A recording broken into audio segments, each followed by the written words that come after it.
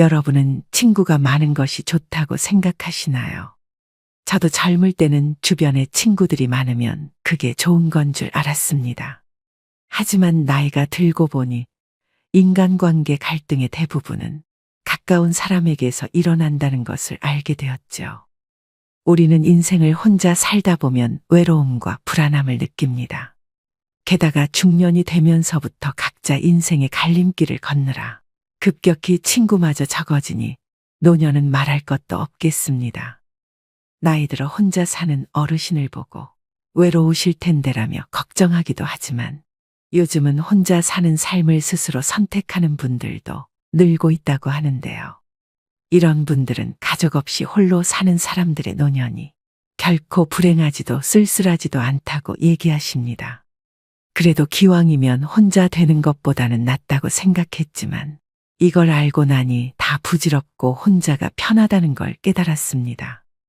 여러분이 진정 노후를 행복하게 즐기며 살고 싶다면 또 나이 들어 더 이상 싫은 것들과 공존하지 않고 혼자서도 편안하게 잘 지내고 싶다면 이것들을 알아두시는 게 좋을 것입니다. 혼자서도 잘 지내는 사람 특징 첫 번째, 나이를 의식하지 않습니다. 나이가 들어도 혼자 잘 지내시는 분들의 가장 큰 특징 중 하나가 바로 나이를 잘 의식하지 않는다는 것입니다. 신체 나이에 집착하지 않고 70세가 되든 80세가 되든 나이와 관계없이 어제보다 오늘, 오늘보다 내일 더 성장하는 자신을 염두에 두고 사는 것입니다. 자녀와 동거하고 있는 대부분의 어르신들은 자택도 자신만의 공간이 아니었고 언제부터인가 모든 일상적인 일도 가족에게 의지하게 되었다고 합니다. 자신이 결정하고 실행하는 일이 거의 없었습니다. 그런 수동적이고 의존적인 인생에서는 어찌 되었든 무기력해지기 마련인데요. 내가 지금 몇 살이기 때문에 내 나이에 맞춰서 뭔가를 해야 한다는 틀이 없으면 새로운 걸 시작하게 될 때 남의 눈치를 보지 않습니다. 나이를 의식하게 된다는 것은 결국 남을 많이 의식하기 때문일 수 있는데 그래서 시작은 젊은 사람이 하는 것이라는 세상의 통념에 따르게 될 확률이 높아집니다. 그것은 마치 물을 가득 머금은 스펀지가 더 이상 물을 머금을 수 없는 것처럼 우리가 내 안에 가득 찬 고정관념을 쏟아내고 내 나이에 대한 인식을 잊어버리게 된다면 어떨까요? 그러면 언제든 새로운 일을 시작할 수도 있고 누군가 내게 새로운 제안을 해왔을 때 흔쾌히 받아들일 수도 있게 될 것입니다. 이렇게 인생의 키를 스스로 잡고 있다는 감각, 즉 자기 인생의 주도권을 쥐고 그것을 행사하고 있다는 감각은 어르신들에게 대단히 중요한 인생의 원동력이 됩니다. 혼자서도 잘 지내는 사람 특징 두 번째, 나의 미래와 재산을 남에게 맡기지 마세요. 나의 행복을 절대 남에게 맡기면 안 됩니다. 세상 사람 중 그 누구도 나의 미래를 책임져 주지 않습니다. 오로지 나는 나 자신만이 책임질 수 있습니다. 하지만 우리는 나이가 들면 마음과 몸이 약해지면서 누군가가 내 시간과 재산을 주면 나를 책임져 준다는 말에 희망을 품기도 하죠. 하지만 어떤 경우라도 이것을 잊지 마세요. 누군가에게 내 시간과 재산을 전부 주었을 때 그때 내가 기댈 수 있는 것은 상대의 자비뿐이라면 상대의 마음 먹기에 따라 언제든 나의 자유가 제한될 수 있는 조건이라면 절대로 그에게 여러분의 시간과 재산을 주지 말기를 바랍니다. 간혹 자산가 어르신들 중 공정하지 않은 유산 분배로 인해 자녀들이 찾아오지 않거나 법정 다툼까지 가는 경우를 보게 되는데 내가 지켜본 바로 유산은 쓸 만큼 다 쓰고 나면 법이 알아서 분배토록 하는 것이 가장 탈이 없는 것 같습니다. 나름의 기준으로 둘째가 좀 어렵게 사니까 둘째를 더 줘야지. 셋째가 아들이니까 많이 줘야지. 마지를 더 챙겨줘야지 하는 것은 자녀 불화의 원인을 제공하고 객관성이 떨어지는데요. 본인들의 생각과 자녀들의 생각은 모두 본인 위주로 잣대가 기울어져 있어 어떻게 하든 모두를 만족시킬 수 없죠. 노후에는 벌이가 불안정할 수밖에 없습니다. 그러니 그간 살아온 인생의 열매를 수확하여 그것으로 살아갈 수밖에 없습니다. 그러니 혼자 사는데 지장이 없을 정도의 재산은 반드시 가지고 계실 것을 추천드립니다. 정말 네 발로 걸어 다니고 맛있는 음식을 입으로 먹을 수 있는 날이 그리 길지 않다는 점을 명심하시고 하루하루 감사하고 소중하게 열심히 즐기셔야 됩니다. 혼자서도 잘 지내는 사람 특징 세 번째, 도전을 두려워하지 않습니다. 고독을 즐기는 사람들은 나이에 상관없이 의미 있는 도전을 합니다. 자신이 이루고 싶은 꿈, 목표가 있으면 실행에 옮기는 추진력이 있습니다. 자신에게 집중하는 시간이 많기 때문에 자신이 진짜 무엇을 원하는지 잘 알 수 있습니다. 나이가 들수록 나만의 취미생활과 배움의 끈을 절대 놓으시면 안 됩니다. 평균 수명이 길어진 지금 단순히 오래 사는 것을 목적으로 삼기보다는 여생을 얼마나 아름답고 가치 있게 사느냐가 관건인 시대이죠. 우리 세대가 다들 그랬듯 저도 30대까지는 사회 구조에 맞춰 살기 바빴습니다. 외적으로나 내적으로 나를 돌아볼 진중한 시간을 갖지 못했습니다. 그러다 50대를 지나면서 어떤 인생의 막을 보내야 가치 있을까 싶더군요. 동시에 자녀 세대에게 존경받는 부모가 되려면 어떻게 노후를 보내야 할까라는 고민도 생겨났습니다. 요즘엔 여기저기서 혼자서도 재미나게 사는 어르신들의 이야기가 많이 보입니다. 그 중에서 여러분들께 도움이 될 만한 분들의 글을 한번 가져와 보았습니다. 내년에 60 후반을 바라보는 나이입니다. 코로나 때문에 피아노를 1년 배우게 된 것을 계기로 체르니 입문했어요. 반려묘를 키우니 친구가 없어도 외롭지 않아요. 거기에 유튜브로 한자 강의까지 들으면 하루가 꽉 채워지니까 너무 행복해요. 저는 지금 딱 70인데 생각해보면 30살 이후론 친구를 새로 사귄 적도 친구를 만난 적도 거의 없어요. 동창회 나가보면 자랑하러 나온 놈, 아쉬운 소리 하러 나온 놈, 그냥 먹으러 나온 놈. 본인이 능력이 있고 확고한 취미가 있다면 친구는 오히려 걸림돌이지. 인간관계 갈등 중 10중 8구는 가까운 사람들 때문에 생기니까요. 굳이 학원이나 문화센터가 아니더라도 책을 보며 배워도 좋고 유튜브로 공부해도 좋습니다. 무슨 취미든 본인에게 맞는 것을 하면 됩니다. 굳이 같이 가자고 권유하여 친구들과 마음 상할 필요도 없습니다. 마음 맞으면 같이 하면 좋고 대화를 해도 좋습니다. 혼자서도 잘 지내는 사람 특징 네 번째. 모든 사람들에게 인정받으려고 하지 않습니다.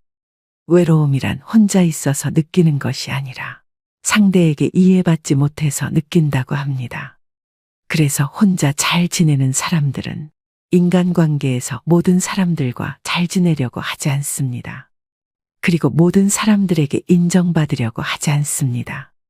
서로가 다르다는 것을 인정하고 서로가 맞지 않는다면 그것 또한 인정합니다. 만약 살다가 나와 결이 맞지 않는 사람이 있다면 또는 나를 무시하는 듯한 기분이 드는 사람을 만난다면 처음부터 내 말을 들을 생각이 없는 사람을 만난다면 그런 인연과 애써 관계를 이어가려 하지 마시고 조용히 침묵하며 흘려보내보세요. 물론 그 침묵의 시간이 마냥 기분 좋을 수야 없겠죠. 때로는 무시당해도 변변찮은 대꾸 하나 못하는 내가 바보같이 느껴지고 그래서 무리하여 센 척도 해봅니다만 우리가 살아온 세월을 뒤돌아보면 늘 그런 인연들은 긁어부스럼이었던 적이 더 많았던 것 같습니다. 그러니 우선 그런 인연은 되도록 빨리 피하시고 그때 올라온 불쾌한 감정은 웬만하면 그저 흘려보내보세요. 혼자서 행복한 노후를 보내기 위해서는 남에게 인정받고자 하는 마음부터 버리셔야 합니다. 혼자서도 잘 지내는 사람 특징 다섯 번째. 남의 눈을 의식하지 않습니다. 남의 눈을 의식하지 않는다고 해서 남이 어찌됐던 내가 하고 싶은 대로 한다는 의미는 절대 아닙니다. 중요한 점은 혼자 있는 것을 다른 사람이 볼까 걱정하지 않고 나를 어떻게 생각할지 신경 쓰지 않는 것입니다. 철학자 사르트르는 인간은 타인의 눈길에서 지옥을 경험한다고 말했습니다. 물론 인간은 집단 본능이 있기 때문에 다른 사람을 완전히 의식하지 않고 살아가기란 힘든 일입니다. 그리고 남들과 비교했을 때 그들과 다르게 보이는 것을 두려워하기도 합니다. 하지만 보람 있는 인생 후반전을 살아가려면 남의 눈을 의식하지 않고 자기 만족과 보람을 추구하며 살아가는 것을 연습해야 합니다. 노년에는 거북이처럼 뚜벅뚜벅 인생길을 걸어가는 것이 좋다고 하는데요. 주위를 살피지 않고 오로지 자신에게만 집중해서 똑같은 속도로 걸어가야 합니다. 남이야 더 빨리 달리든 말든 내 속도와 내 능력이 맞다 싶으면 그대로 유지해야 합니다. 할 수 있는 일과 할 수 없는 일을 노년의 연륜을 통해 냉정하게 구분해야 합니다. 무리하게 인생을 힘들게 사는 것보다 나만의 경주를 완성해야 합니다. 눈치를 보는 행동에 대해 나는 한 포기 풀이라고 생각해 보라고 다음과 같이 조언했습니다. 다른 사람의 눈치를 보는 것은 그들에게 잘 보이려 하기 때문입니다. 다른 사람에게 잘 보이고 싶다는 것은 예쁘다는 소리 듣고 싶고, 착하다는 소리 듣고 싶고, 잘한다는 소리, 좋아한다는 소리를 듣고 싶어서 그럴 텐데요. 그렇지만 한 포기의 풀은 누가 보든 안 보든 아무 상관하지 않고 설령 사람이 밟고 지나가도 아무런 상관을 하지 않습니다. 아무도 안 봐도 그냥 꽃 피울 때가 되면 꽃 피우고 그 자리에 그냥 있어요. 꼭 누가 봐줘야만 꽃을 피우는 게 아닙니다. 다른 사람의 사랑을 바라는 것은 그들의 노예가 되는 것과 같습니다. 이제 노예가 되고 싶지 않다면 나는 한 포기 풀입니다 하는 자세로 살면 됩니다.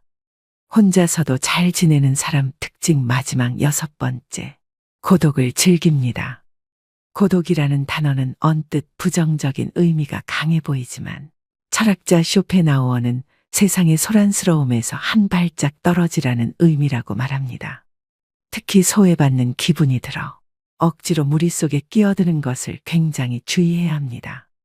이런 무리 속에서 활동하다 보면 다른 사람들과 억지로 가치관을 맞춰야 하는데 그렇게 무리 속에 들어간다면 당장의 외로움은 이겨낼지언정 시간이 흐를수록 더욱 외로워져 갈 것이기 때문인데요. 무리 속에서 억지로 사교를 위해 배려나 양보를 하는 압박에서 해방되는 것이 무척이나 중요합니다. 나이 들수록 정말 행복해지려면 외로움을 이겨내기 위한 모임에서 일부러라도 이탈해서 자신만의 시간을 가지는 일이 필요합니다. 고독을 즐길 수 있다는 것은 인생의 여러 가지 맛 중 하나를 알게 되었다는 뜻입니다. 고독과 친구가 되면 더는 타인으로부터 위로받으려 애쓰지 않게 되고 복잡한 마음을 스스로 정리하는 힘을 갖게 될 것입니다. 여기 자식들 꾀에 넘어가 지울 수 없는 상처를 남기고 큰 깨달음을 얻은 할머니 한 분이 계십니다.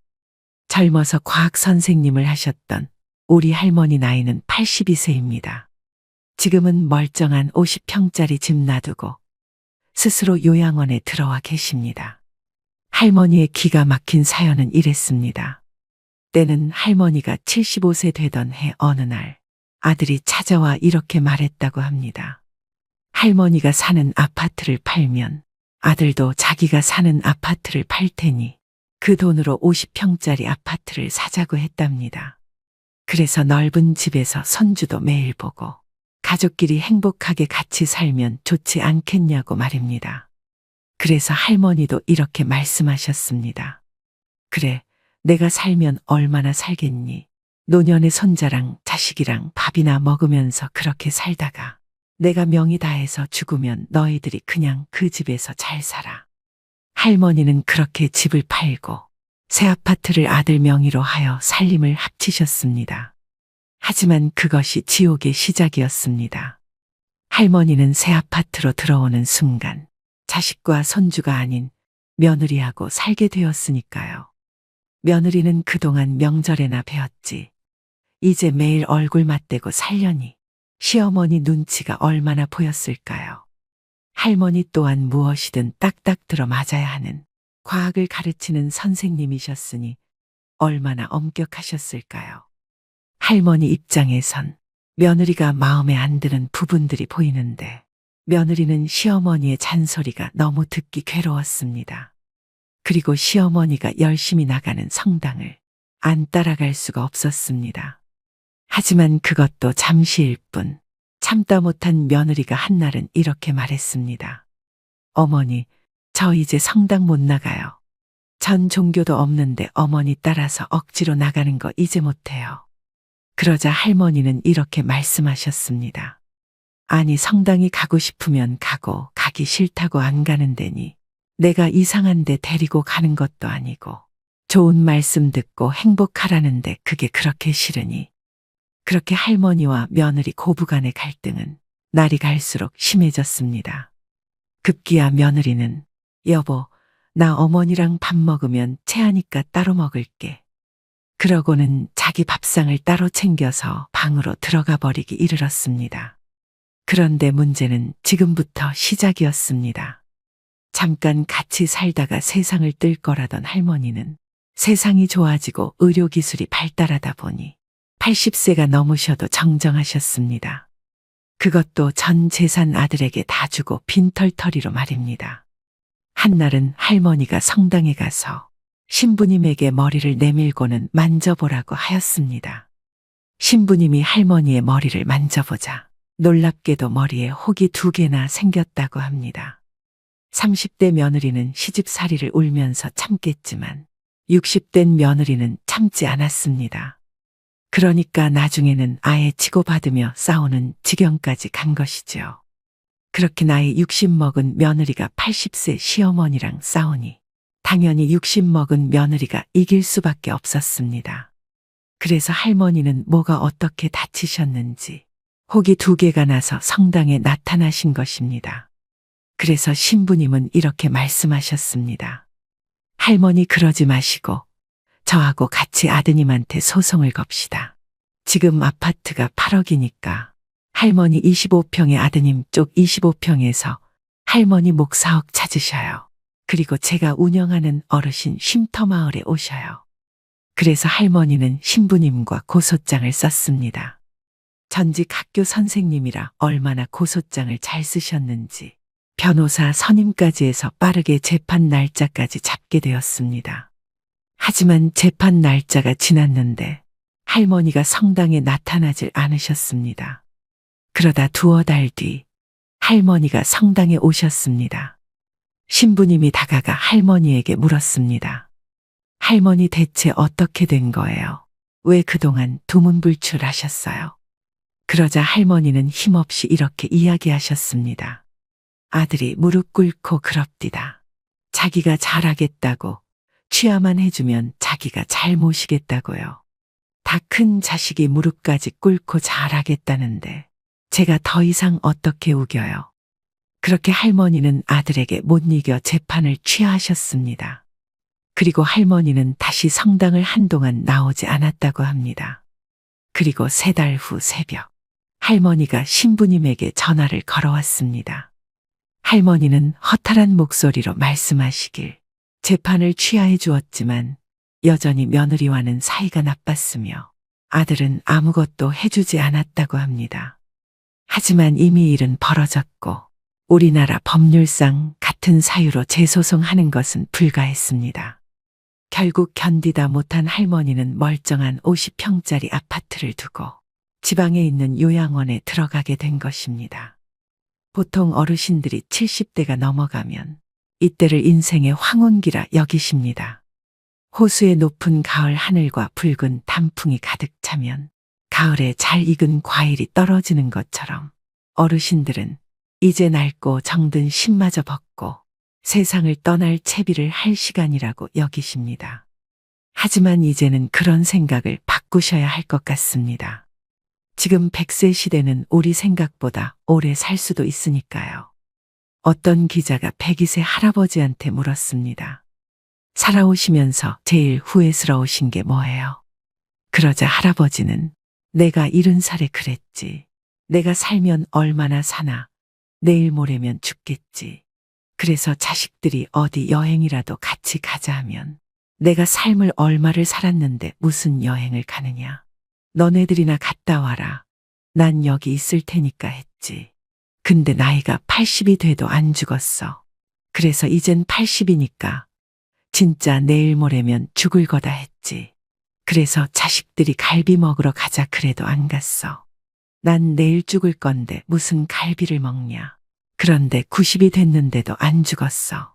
그리고 100살이 돼도 안 죽는 거야. 그렇게 자그마치 30년 동안 내일 모레면 죽을 거다 그러고 뒷방에 앉아 있었던 게야. 여기서 30년은 결코 적지 않은 시간입니다. 102세 할아버지는 안타깝게도 그 30년 동안을 죽을 날만 기다리며 허비를 하신 것입니다.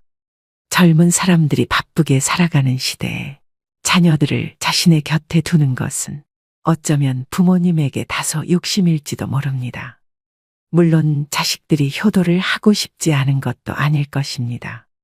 왜냐하면 사회 속의 자녀들이 부모님들을 돌볼 시간이 거의 없다는 것을 미루어 볼 때 모두 마음은 있으나 힘이 닿지 않아 행할 수 없다고 봐야 하는 것 아닐는지요. 그렇다면 우리는 어쩌면 부모에게 효도하는 마지막 세대이자 자녀에게 버림받는 첫 세대일 수밖에 없는 우리는 스스로 자립할 수 있는 노년으로 만드셔야 됩니다. 오늘의 영상 어떠셨나요? 세상에서 가장 불행한 사람은 혼자 사는 사람이 아니라 마음이 맞지 않는 사람과 같이 사는 사람이라고 했습니다. 법륜 스님은 특히 외로움을 극복하는 방법에 대한 질문에 그냥 외로움은 느끼면 되는 것이다. 외로움은 극복하는 게 아니라 그냥 외로워하면 된다고 말씀하셨는데요. 60대 이상의 여성의 경우 혼자 살 때 오히려 행복지수가 상승한다는 연구 결과가 있습니다. 이처럼 노후의 행복지수는 주변에 사람이 많고 적은 것과 관계가 없다는 것을 각종 통계 자료의 설문조사를 통해 알 수 있습니다. 젊었을 때는 대부분의 시간을 친구들과 어울리며 소통하고 지냈지만 서로의 가정이 생기고 먹고 사는 일에 매달리다 보니 대부분의 친구 관계가 자연스럽게 멀어지게 됩니다. 그러면서 인간 관계도 유행이고 유통기한이 있다는 것을 다시 한번 깨닫게 됩니다. 그리고 나이가 들어감에 따라 연륜이 쌓이면서 서로 억지로 힘들게 맞춰줘야 하는 친구 사이보다는 그냥 가장 나다운 모습으로 지낼 수 있는 관계를 대부분 더 선호하게 됩니다. 밥을 한 끼 먹어도 상대방이 좋아하는 메뉴, 좋아하는 분위기의 식당을 고려하고 계산하는 것보다는 내가 지금 당장 먹고 싶은 음식을 남 눈치 보지 않고 편하게 먹는 게 이제는 혼자임이 편해지고 있다는 증거입니다. 우리는 나이가 들어가면서 친구와 멀어졌다고 생각하지만 사실은 그렇지 않습니다. 친구와 멀어지고 친구가 없어지는 것이 아니라 친구가 필요 없는 나이가 되어버린 것이죠. 혼자 있는 것이 외롭다는 생각이 들어 주변 친구들을 만나보면 하나같이 다 자식 자랑, 돈 자랑, 배우자 뒷담화 등 부정적인 이야기들로만 하루를 채워가거나 무리한 부탁을 하거나 사소한 도움을 요청하는 일도 아주 빈번하게 일어납니다. 이런 일이 반복되다 보니 친구를 만나고 헤어지는 순간에 즐겁고 행복한 기억보다는 더 기분이 우울하고 외로워지는 경험을 한 번쯤은 해보았을 것입니다. 그렇기 때문에 우리는 앞으로의 인생을 혼자여도 즐겁게 시간을 보낼 수 있는 삶으로 채워나가야 할 것입니다. 주변 사람들과 적당한 거리를 두는 것, 단지 외롭다는 이유 하나만으로 사람들과 관계하지 않고 나를 힘들게 하고 스트레스 받는 관계에 대해 단호하게 거절하고 혼자 잘 지낼 줄 아는 것, 그것이 바로 현명한 노후 설계의 첫 번째 단계 아닐까요? 오늘도 노후의 지혜와 함께 해주셔서 감사드립니다. 황금빛으로 무르익어가는 여러분의 지혜로운 인생을 언제나 응원합니다.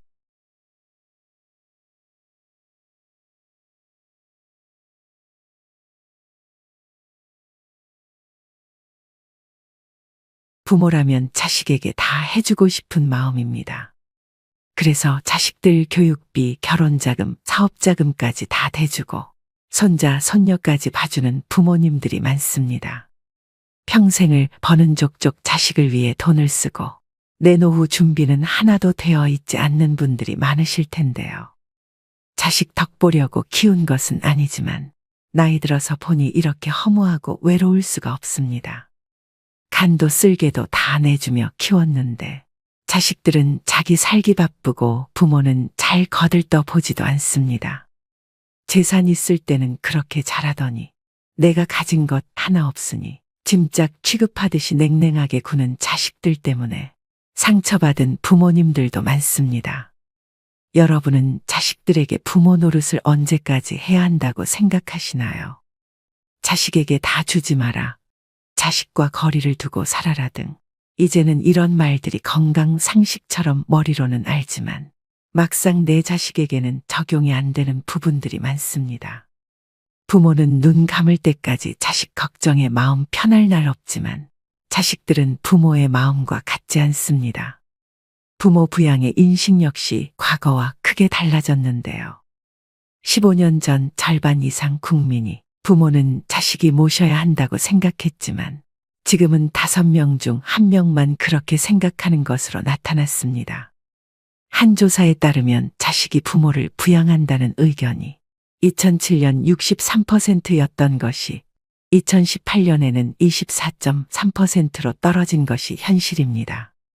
이미 이 같은 상황을 인지하고 현명하게 부모 자식 관계를 재정립하고 계신 분들도 계실 것이고 그래도 자식밖에 없지라며 자식에게 많은 것을 의지하고 사는 분들도 있으실 텐데요. 여러분은 어떠신가요? 여기 자식들에게 의지하고 살다 배신감에 땅을 치고 후회하는 최 씨 할머니가 있습니다. 자식들이 주말에 최 씨 할머니의 집에 방문했습니다. 하지만 어쩐 일인지 할머니는 문만 열어주고 다시 방으로 들어갔습니다. 어머니 좋았어요. 웬일이냐? 엄마 보러 왔죠. 난 바쁘니 쉬었다 가라. 할머니는 자식들과 손주에게까지 눈길도 안 주고 방문을 걸어 잠갔습니다. 언뜻 서운함이 느껴지는 할머니와 자식들에게는 어떤 사연이 있었을까요? 할머니는 어릴 적 10살도 채 되기 전에 어머니가 지병으로 세상을 떠나게 되면서 가족 모두 함께 농사를 지으러 작은 시골 마을로 이사를 했습니다. 그렇게 가족들과 논농사와 콩농사를 지으며 생계를 꾸리다 할머니는 19의 고운 나이에 띠동갑 연상의 군인이었던 남편을 만나 결혼을 했습니다. 결혼하고 초반에 남편은 너무 다정했고 그렇게 어머니의 빈자리를 느끼지 못할 만큼 할머니는 행복한 하루하루를 보냈습니다. 하지만 그 행복은 오래가지 못했습니다. 전쟁이 발발하며 다른 나라로 파병을 가게 된 남편은 무사히 돌아와 할머니와 2명의 자식을 낳았지만 시간이 갈수록 남편은 전쟁 후유증으로 인해 알코올 중독자가 되었습니다. 사람이 전쟁이나 고문, 자연재해 사고 같은 큰 사건을 겪은 뒤에는 공포감이나 불안, 우울증이나 불면증을 경험하게 되는데 최 씨 할머니의 남편도 이를 피할 수 없었습니다. 할머니의 남편은 점점 술을 마시는 빈도가 높아졌고 심지어 폭력을 행사하기도 했습니다. 남편과 좋은 추억들이 많았던 할머니는 차마 남편을 두고 도망을 갈 수는 없었지만 자식들을 맞고 살게 키울 수가 없어 고향에 있는 이복 동생의 집에 자식들을 맡겼습니다. 할머니는 자식들이 어딜 가든 지금 여기보다는 나을 것이라 생각했습니다.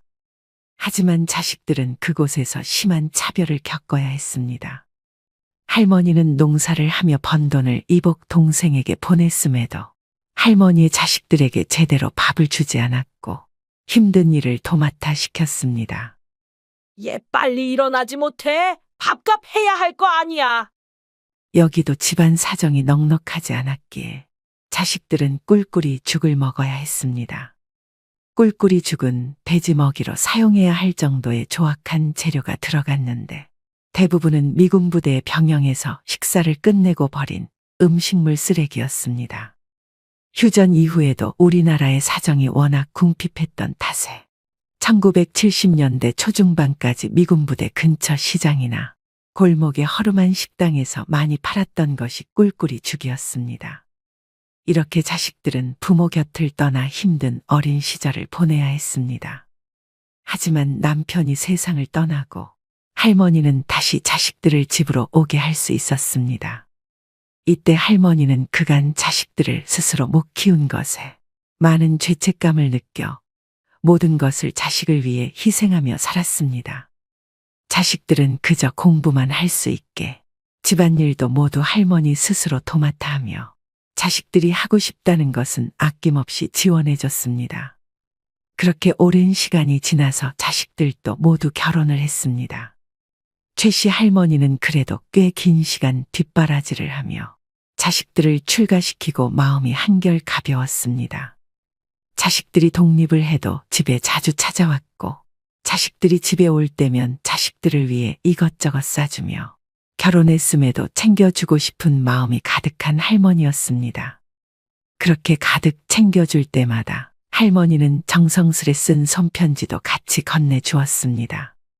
며느리도 어찌나 착하던지 집에 올 때마다 엄마 엄마 하며 아주 살갑게 할머니를 대해줬습니다.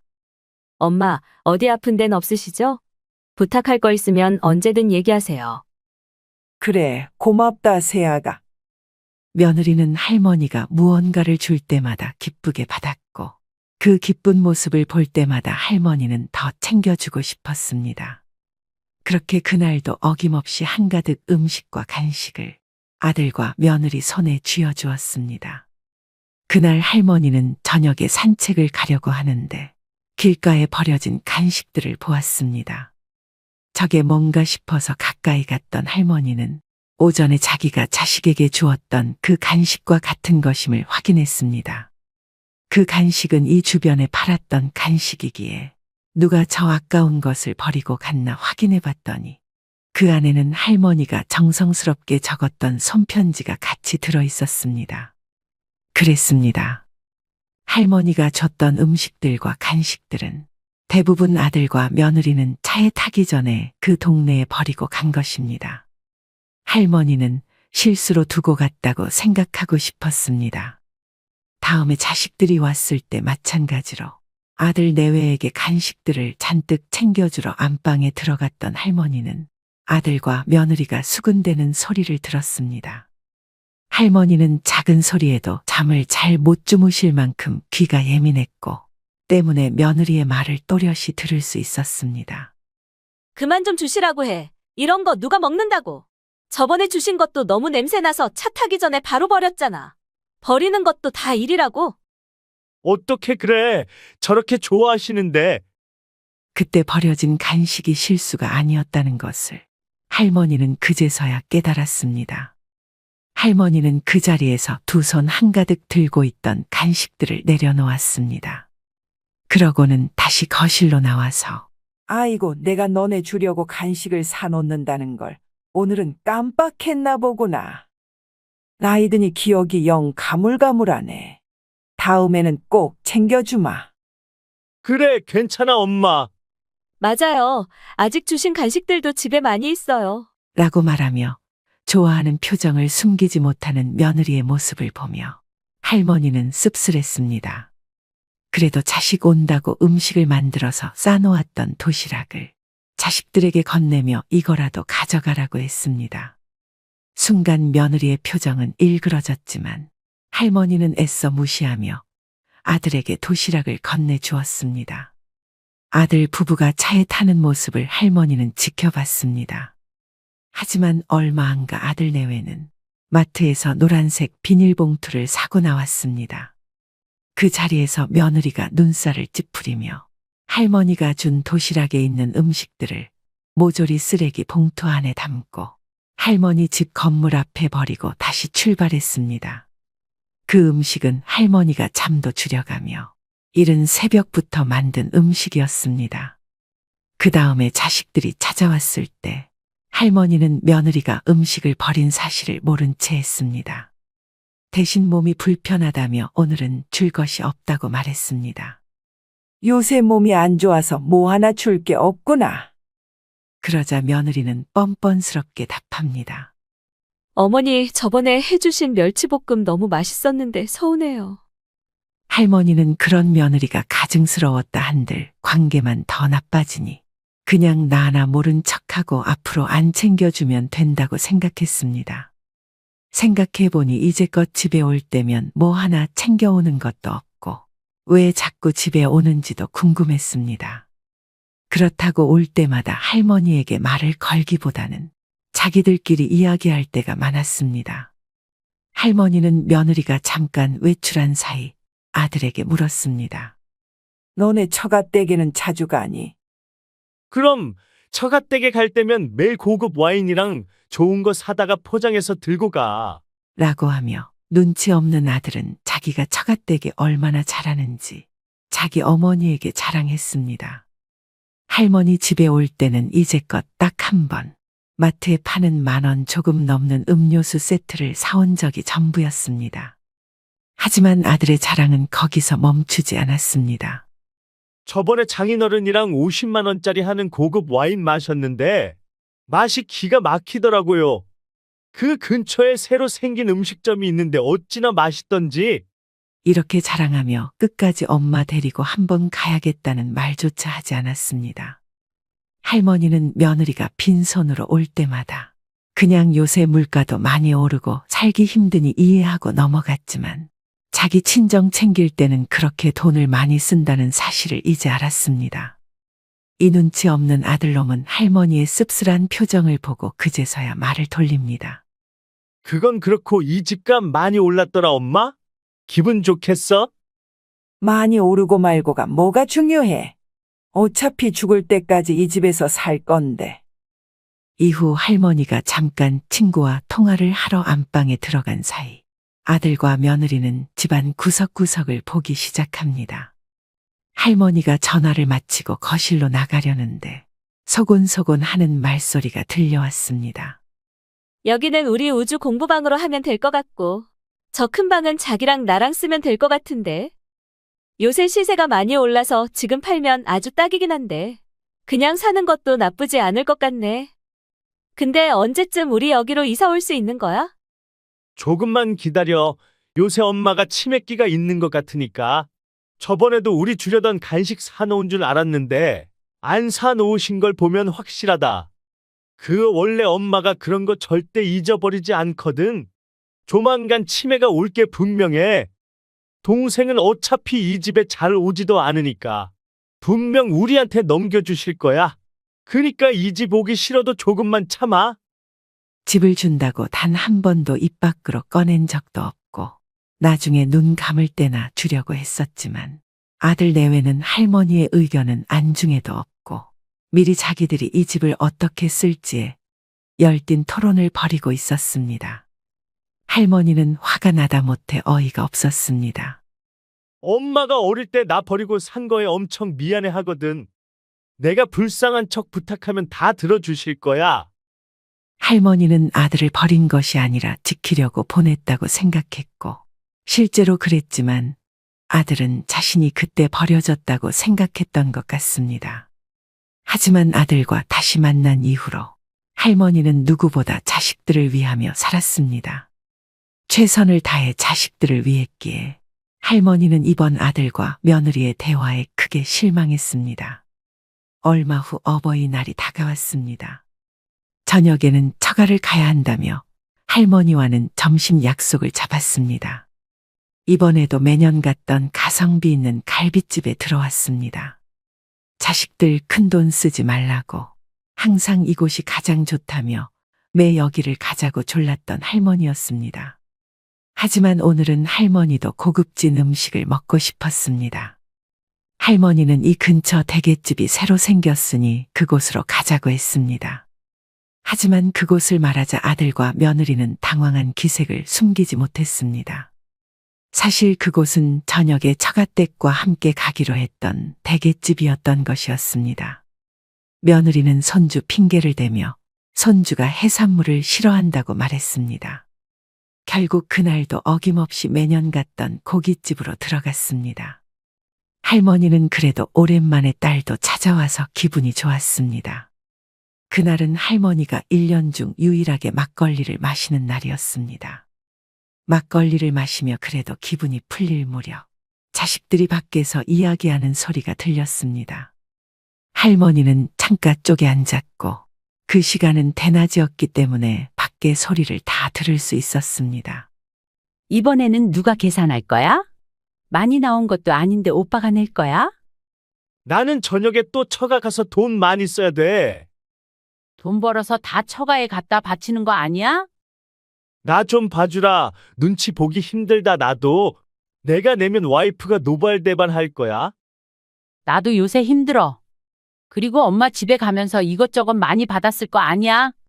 엄마가 주는 걸 오죽 좋아해. 너는 집에 오면서 그런 말을 해라. 거기 가는 게 얼마나 귀찮고 힘든 줄 아냐? 할머니는 이렇게 점점 언성을 높이며 싸우는 자식들을 보며 그 자리에서 일어났습니다. 그러고는 고기를 채 반도 먹지 않은 상태에서 뒷주머니에 있는 작은 흰 뭉치에서 돈을 꺼내 계산대로 향했습니다.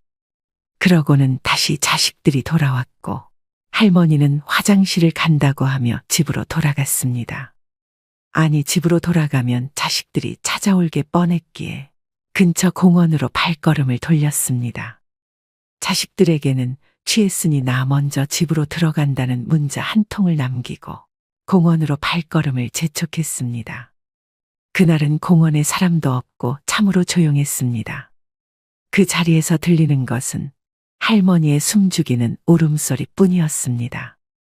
집에 들어갔을 때는 자식들이 들어와 있었습니다. 할머니는 혼자 방에 들어가 조용히 눈물을 다시 한번 삼켰습니다. 그렇게 혼자 방 안에서 울고 있다는 걸 알면서도 거실에서 하하호 TV 보며 웃는 소리가 할머니를 더 비참하게 만들었습니다.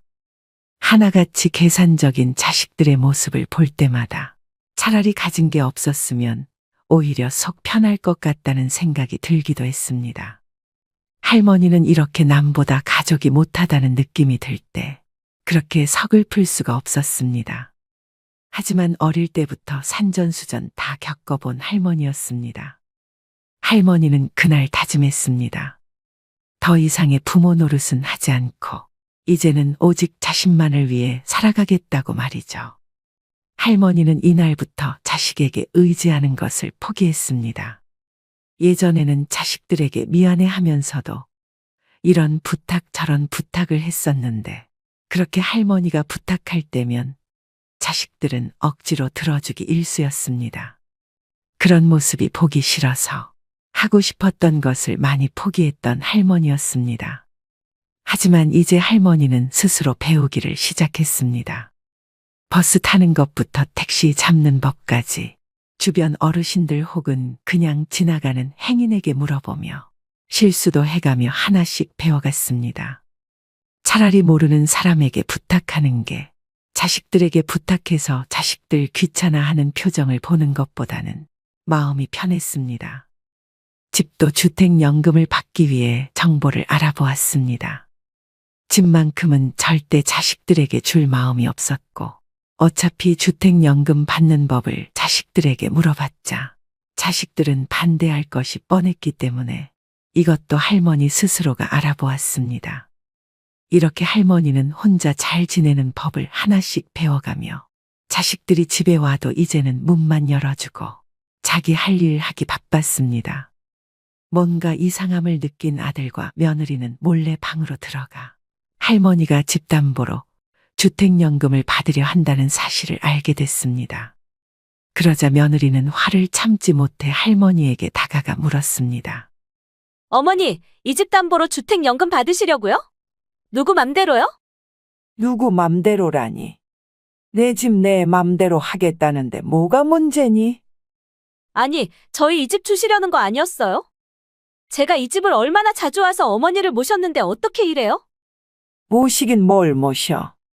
내가 준 거 전부 다 버리고. 버릴 거면 너네 집 주변에 버리지. 왜 내 집 주변에 갖다 버리니? 그리고 애초에 니네가 이 집에 뭐 하나라도 제대로 들고 온 적 있니? 너네 친정에는 그렇게 돈 쓰는 거 내가 모를 줄 알았니? 할 말이 없었던 며느리 대신 남편이 와서 엄마에게 화를 냅니다. 엄마, 기억도 가물가물한데 이 집에서 평생 살아서 뭐 하게요? 치매 걸리면 누가 돌봐준다고요? 치매, 내 기억력 아직 멀쩡하다. 아, 저번에 간식. 너네가 하도 주는 거 갖다 버리길래 일부러 거짓말 한 거다. 나 아직 쌩쌩하고 설령 치매 걸린다고 해도 너네한테 돌봐달라고 할 일 죽었다 깨어나도 없으니 그만 썩 나가라. 아들과 며느리는 버텼지만 할머니는 집에 있는 소금을 당장 뿌리기 전에 얼른 나가라고 소리쳤습니다. 처음 보는 할머니의 모습에 겁을 먹은 아들과 며느리는 잽싸게 도망갔습니다. 할머니는 이후 복지센터에 가서 수업도 듣고 집에 있을 때면 화분을 가꾸는 등 자신이 살고 싶었던 삶에 집중했습니다. 할머니는 연금과 모아둔 돈을 자신에게 써가며 남은 노후는 더 이상 자식들을 위해서가 아닌 자기 자신을 위한 삶을 살았습니다. 여러분, 최 씨 할머니의 기가 막힌 사연을 듣고 어떤 생각이 드시나요? 요즘에는 많은 사람들이 자식 덕볼 생각하지 말라고 말합니다.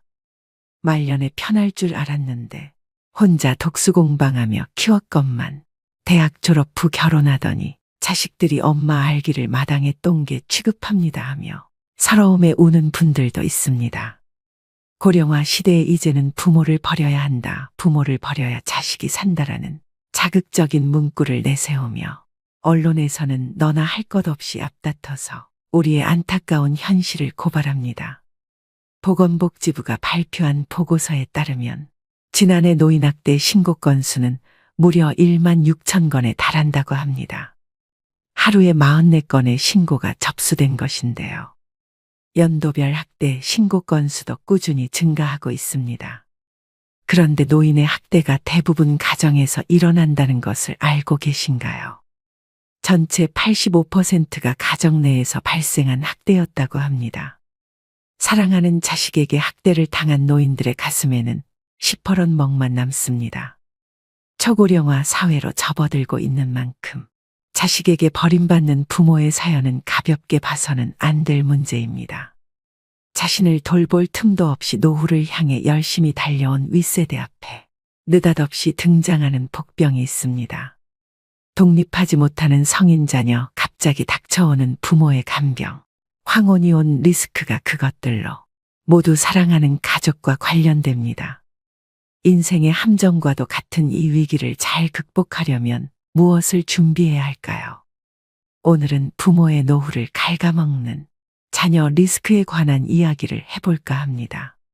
부모 품으로 돌아가는 성인 자녀, 이른바 캥거루족이 늘고 고령화되고 있습니다.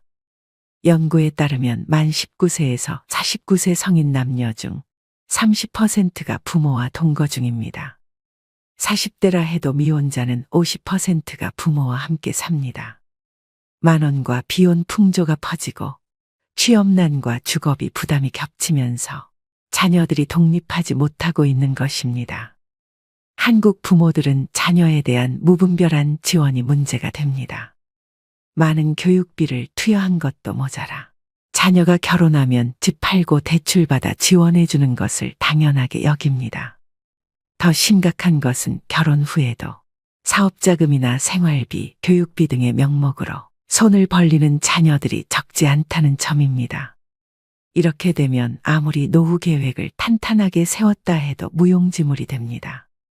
우리 주변에는 자녀들의 등살에 다 쓰고 죽겠다며 선포했던 부모의 노후 계획이 흔들리는 슬픈 이야기들이 넘쳐납니다. 유전유효, 무전무효라거나 미리 재산을 안 주면 시달려서 죽고 찔끔찔끔 주면 쫄려서 죽고 다 주면 굶어 죽는다는 슬픈 우스갯 얘기마저 나도는 상황입니다. 성인 자녀 입에서 노인은 돈 쓸 일도 없지 않느냐라거나 여유 있으면서 왜 안 도와주느냐, 상속 미리 한다고 생각하시라는 말이 나올 정도면 부모 자식 관계는 악화될 대로 악화된 상태입니다. 하지만 평소 자녀 리스크에 대비할 것을 누누이 강조해온 전문가들은 노후 자산을 너무 쉽게 내어주다가는 자칫 부모와 자녀 세대가 함께 무너질 수 있다고 경계합니다. 그렇다면 자녀 리스크를 피하려면 어떻게 해야 할까요?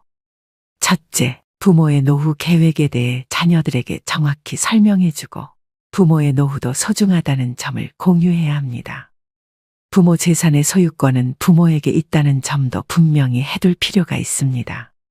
50대, 60대는 자녀 교육에 올인하는 동시에 부모 봉양 부담도 짊어진 낀 세대입니다. 부모 세대가 80세를 넘어서면 건강이 급격히 악화되고 보살핌이 필요해지는 경우도 생깁니다. 자신의 노후 준비도 안 돼 있건만 기나긴 간병 부담에 맞닥뜨리는 것입니다. 독박 간병의 고통은 겪어보지 않은 사람은 알 수 없습니다. 특히 노인의 정신적 퇴행을 가져오는 치매는 간병하는 사람의 심신을 갉아먹는 재앙에 가깝습니다. 부모님은 내가 모시고 간다. 2013년 한류 스타의 아버지가 이런 유서를 남기고 부모님과 함께 세상을 뜬 사건이 일어나 세상을 놀라게 했습니다. 평소 극진한 효자였던 아버지는 연예인인 자녀들을 배려해 혼자 부모 간병 부담을 짊어졌고 우울증에 걸렸을지언정 힘들다는 내색조차 비치지 않았다고 합니다. 오랜 세월 부모님 밥을 떠먹여 드릴 정도로 간병에 몸바쳐온 효자가 부모를 돌아가시게 한 폐륜아가 돼버린 것입니다. 그들을 사지로 내몬 것은 효도하는 자식이었을까요? 아픈 부모였을까요? 우리는 이런 문제들에 대해 진지하게 고민해야 합니다. 둘째, 자녀에게 경제적 자립심을 갖게 해주고 금융교육을 시키는 것이 명문대 졸업장보다 훨씬 중요합니다. 자녀가 스스로의 힘으로 살아갈 수 있도록 교육해야 한다는 얘기인데 이게 가능하려면 부모 스스로도 자녀에 대한 집착에서 벗어나야 합니다. 특히 저성장 시대에는 여건에 맞게 소비를 조절하고 절약하는 능력이 절실해집니다. 즉, 자녀 리스크를 줄일 수 있는 가장 기본적인 방법은 자녀에게 경제적 자립에 대해서 가르쳐야 한다는 것입니다. 경제적으로 자립하지 못하면 평생 누군가에게 얹혀서 살 수밖에 없는데요. 진정한 경제적 자립이란 주어진 경제적 상황에 자기 자신을 맞춰 넣는 능력을 기르는 것입니다. 자녀에게 결핍에 적응하는 방식을 가르치는 것도 중요합니다. 또 자녀에게 어릴 때부터 투자 교육을 시키는 것도 중요하다고 했습니다. 셋째, 은퇴 노후 전문가들은 목돈은 가능하면 현금 흐름으로 바꾸라고 조언합니다. 노인의 재산을 호시탐탐 노리는 세력은 도처에 있다며 목돈 그 자체가 폭탄 같은 위험물이라고 말합니다. 목돈을 연금이나 배당 수익이 나오는 형태로 묶어놓으면 자녀건 사기꾼이건 그 돈에는 손을 댈 수 없고 노인은 시간을 자신의 편으로 만들 수 있다는 것입니다. 여기 두 노인의 사례가 있습니다. 10억 이상의 현금을 가졌던 A 노인과 해마다 4천만 원 연금을 받는 B 노인의 노후 비교입니다. 두 분 모두 노안으로 10년째 요양시설에서 생활하고 있습니다. 자녀들은 극진히 모시지만 김병의 효자는 없는 법이죠. 그런데 A 노인의 자녀들은 시간이 갈수록 어머니가 빨리 돌아가시기를 바라는 반면 B 노인의 자녀들은 오래오래 사시기를 바라더라고 합니다. 왜 그럴까요? 목돈은 주인이 오래 살수록 줄어들지만 연금은 삶을 이어가는 한 따박따박 나오니 오래 살수록 유리하다고 생각하는 것입니다. 참 현실적이면서도 안타까운 얘기가 아닐 수 없습니다. 오늘의 영상 어떠셨나요? 요즘 주변 친구들이나 환갑을 넘은 지인들을 보면 열의 8 정도는 자녀 리스크로 마음고생을 하고 계시는 것 같습니다. 대학을 졸업하고도 아직까지 취직을 못하고 있는 자식, 30이 한참 넘었는데도 아직 결혼을 하지 못하고 있는 자식, 부모가 밀어주어 사업을 시작했는데 시원찮은 자식, 대학을 졸업하고 아직도 경제적인 독립을 하지 못하고 부모 집에 얹혀서 삼시세끼를 먹고 사는 자식, 자식이 자식을 낳으면 그 자식을 부모에게 맡기는 바람에 꼼짝없이 손자 손녀를 돌보느라 감옥 아닌 감옥 생활을 하고 사는 부모들, 본인들은 고정 수입이 끊겼음에도 자식 결혼시킬 때 결혼식장이며 집 마련하는데 경제적인 지원을 해주고 그 이후에는 자식이 자식을 낳으면 또 지원해주고 손자 손녀들이 오는 날이면 용돈도 챙겨주어야 하고 요즘 자식들은 부모가 죽을 때까지 당당하게 AS를 해달라고 주장한다고 하는데요. 왜 그래야 하느냐고 물으면 내가 낳아달라고 했나요? 내가 태어나고 싶어서 세상에 나왔냐고요? 엄마 아빠가 좋아서 나를 만들었으니 끝까지 책임져 주어야 하지 않아요. 더 이상 할 말이 없더라고 합니다. 점차 자녀는 리스크가 되어가고 있는 것만은 확실합니다. 여러분들은 꼭 자녀들에 대한 리스크를 잘 생각하시고 현명하게 노후 준비하시길 바라겠습니다. 오늘의 영상이 여러분의 부모 자식 관계에 큰 도움이 되셨길 바랍니다. 오늘도 노후의 지혜와 함께 해주셔서 감사드립니다.